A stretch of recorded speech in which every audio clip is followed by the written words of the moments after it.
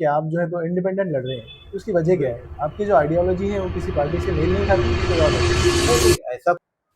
जी, आप इस इलेक्शन में जो है तो आपकी वाइफ़ इलेक्शन में खड़ी है, आप नहीं खड़ी, तो इसकी वजह क्या है?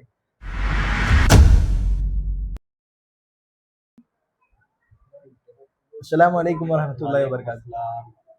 आज हम मौजूद हैं जलगाँव जामूद के वार्ड नंबर 2 के ब में। आज हमारे साथ मौजूद हैं डॉक्टर शुएब साहब। आपकी वाइफ़ इस वार्ड से इलेक्शन में इंडिपेंडेंट कैंडिडेट है और आज हम डॉक्टर शुएब साहब से इनके सियासी सफ़र के बारे में कुछ सवालात करेंगे और उसके जवाबात तलब करेंगे। हम अपने प्रोग्राम पे डॉक्टर शुएब साहब का इस्तकबाल करते हैं। डॉक्टर साहब, आपसे हमारा पहला सवाल ये है कि आपका जो सियासी सफ़र है, उसका आगाज़ कैसे और कब हुआ? देखो, सियासी सफर की जो शुरुआत हुई वो इस तरीके से हुई कि यहाँ पर जी, बहुत सारे मुद्दे हैं, बहुत सारे प्रॉब्लम्स हैं। यहाँ के जो नगर सेवक उस प्रॉब्लम पर काम कर रहे हैं या नहीं कर रहे। यहाँ पर पूर्व पानी की परिस्थिति आई। यहाँ पर क्या नगर सेवक ने अपनी जिम्मेदारी निभाया?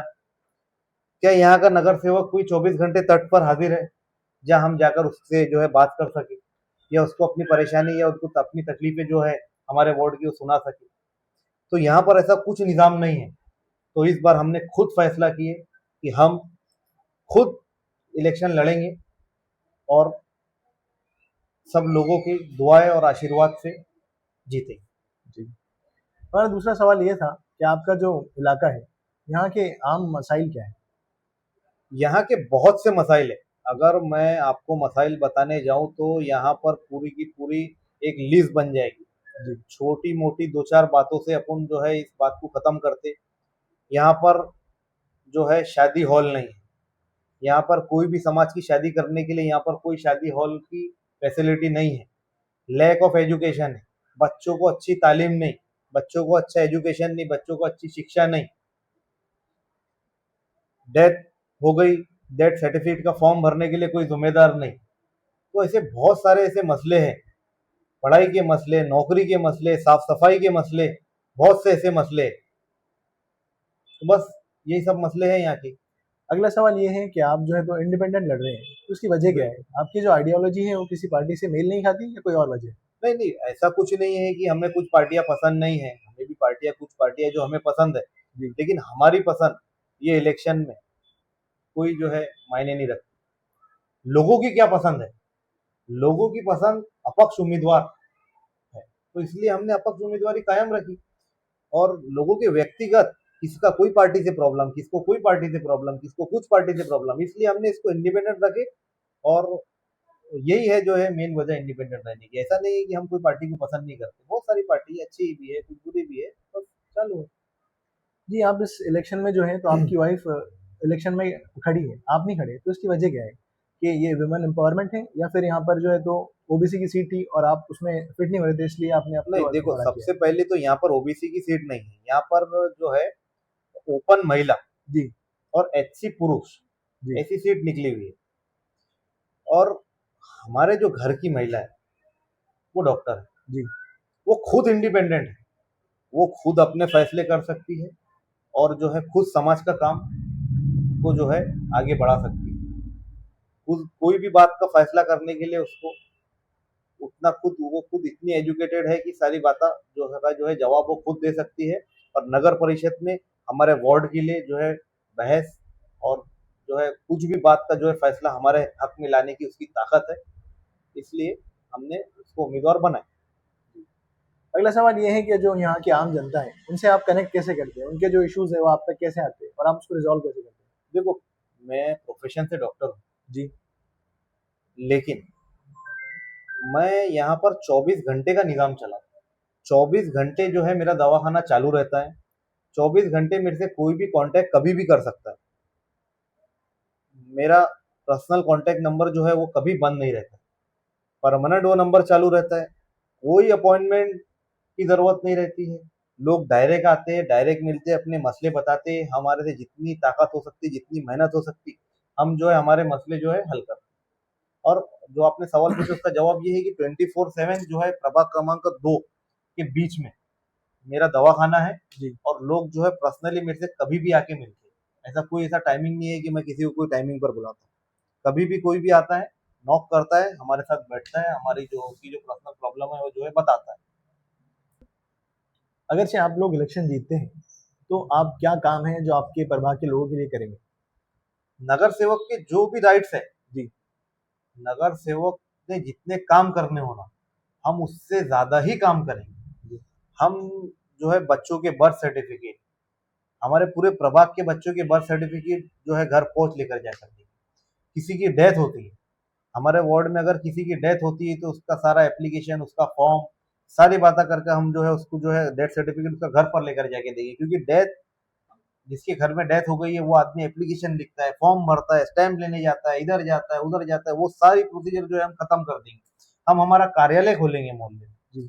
और हम खुद एक जनता दरबार हर महीने में एक अच्छी तरीके से प्रोसेस करके जो है खोलेंगे कि हम जो है और लोगों के नजदीक जाकर उनकी जो भी पर्सनल प्रॉब्लम है उसको अच्छे से अच्छे तरीके से हल करेंगे। शादी हॉल का मामला है, हम उसको भी हल करेंगे। और अगर मेरे से जो कुछ बोलने में चूक हो रही है तो जो लोग बोलेंगे, जो हमारा वार्ड क्रमांक 2 बोलेगा कि ये चीज की कमी है, तो हम कमी नहीं आने देंगे। हम उनके लिए आगे बढ़कर, आधी रात को आगे बढ़कर जो है काम। आप काफ़ी वक्त से सियासत में जो है तो एक्टिव हैं, सोशल वर्क में एक्टिव हैं। तो आपने क्या पाया कि जलगांव जामुन का सबसे अहम और अर्जेंट मुद्दा क्या है, जिस पे लोग जो परेशानी लोगों की क्या है? देखो, अनएजुकेशन मतलब लैक ऑफ एजुकेशन, जी। मतलब जो है इलिटरेसी। लोगों ने, हाँ, इस वजह से नगर परिषद के काम में लोगों को चक्कर मारना पड़ता है। जी। यहाँ से वहां जाओ, वहां से वहां जाओ, वहां से वहां जाओ। हमारे बच्चों को हम अच्छे से अच्छा एजुकेशन देना चाहते हैं। एजुकेशन ही जो है यहाँ का मेन मुद्दा है। यहाँ पर अगर अच्छा एजुकेशन और अच्छी साफ सफाई और जो है दो तीन चीजें और है, लेकिन मेन चीज जो है, मैं पर्सनल सोचता हूँ कि यहाँ पर अच्छा एजुकेशन की जरूरत है। जी। अच्छे एजुकेशन से है जो है जलगांव जामुन में जो है बहुत से चेंजेस आ सकते अगर से आपकी वाइफ जीत कर आती है तो आप हैं। क्या काम है जो अपने इलाके में करेंगे? देखो, बहुत से काम हमने सोच के रखे, जी। तो मैं कुछ चंद काम आपको बोलता हूँ। अगर किसी की डेथ होती है मोहल्ले में, किसी की डेथ होती है हमारे प्रभाग में, हमारे वार्ड में, तो हम उसको डेथ सर्टिफिकेट की सारी प्रोसेस करके उसकी डायरेक्ट डेथ सर्टिफिकेट जो है हम घर पहुंच लेकर जाएंगे। क्योंकि जो है किसी के घर में डेथ होने के बाद में वो व्यक्ति की, उस फैमिली मेंबर्स की कंडीशन नहीं रहती है कि हमने जो है ये सारी प्रोसेस करना। जी। तो हम जो है उनके लिए काम करेंगे और वो डेथ सर्टिफिकेट घर पहुंच लेकर जाकर देंगे। बर्थ सर्टिफिकेट है, बर्थ सर्टिफिकेट भी, कोई भी बच्चा पैदा होता है प्रभाग में तो हम जो है हमारी टीम को लेकर जाएंगे और सारी प्रोसेस करके जो है बर्थ सर्टिफिकेट घर पहुंचाएंगे। हम पर्सनल जो है, मेरा प्रोफेशन डॉक्टर है, जी। हम अगर जीत कर आते तो हम 30% डिस्काउंट में, जैसा शॉर्ट में हमारी फीस 100, जी। तो हम 70 रुपीज में 5 साल दवा खाना चाहिए। ये आप वादा करें, ये हमारा वादा है। हमारे चैनल के ऊपर आप ये आपके वादा करें। चैनल के माध्यम से मैं ये वादा करता कि अगर मेरी सीट यहाँ से निकलती जी। तो मैं 30% डिस्काउंट में, जो हमारी 100 रुपीज फीस है उसको 70 रुपीज करके जो है 5 साल तक के चलाएं। जी। हमारे शहर में 3 दवाखाने हैं। हम्म। हमारे शहर में एक दो दवाखाना है काजीपुरे का। वहां पर आज की फिलहाल की कंडीशन जो ये है कि पूरे जिले में सबसे कम फीस में दवाखाना वही चल रहा है। और शादी हॉल का मसला है, हम शादी हॉल का मसला भी हल करेंगे। हमारी बहुत बड़ी टीम है। अरे जीतने के बाद हमारा इस ये तक के हमारा तय है कि हम यहाँ के 15 लोगों को जी। बॉन्ड पेपर पर जिम्मेदार बनाएंगे कि वो 15 लोग भी उतने ही जिम्मेदार रहेंगे जितना कि मैं जिम्मेदार हूँ। जी। कि कुछ भी प्रॉब्लम रहता है या कोई भी फैसला करना है या कुछ भी करना है वार्ड में, तो हम और हमारी जो टीम रहेंगी वो सब बैठकर उस पर चर्चा करेंगे और सबकी परमिशन के साथ में काम करेंगे। मैं खुद की मेंबरी भी जो है लोगों के साथ में बांटकर काम करना चाहता हूँ। जी। आखिरी सवाल ये था कि अब हमारा इंटरव्यू खत्म होने पे आया है। हमारे जो नौजवान हैं शहर के, उनके लिए आपका कुछ पैगाम हो तो उनको बताइए। देखो, नौजवानों के लिए पैगाम यही है कि अपने मुस्तकबिल की इमारत खुद तुमने अपने हाथों से तोड़ दी। हमारी पढ़ाई की जो सीढ़ी थी वो तुमने आधे रास्तों में छोड़ दी। तो मेरे भाइयों, अपने बच्चों को पढ़ाओ।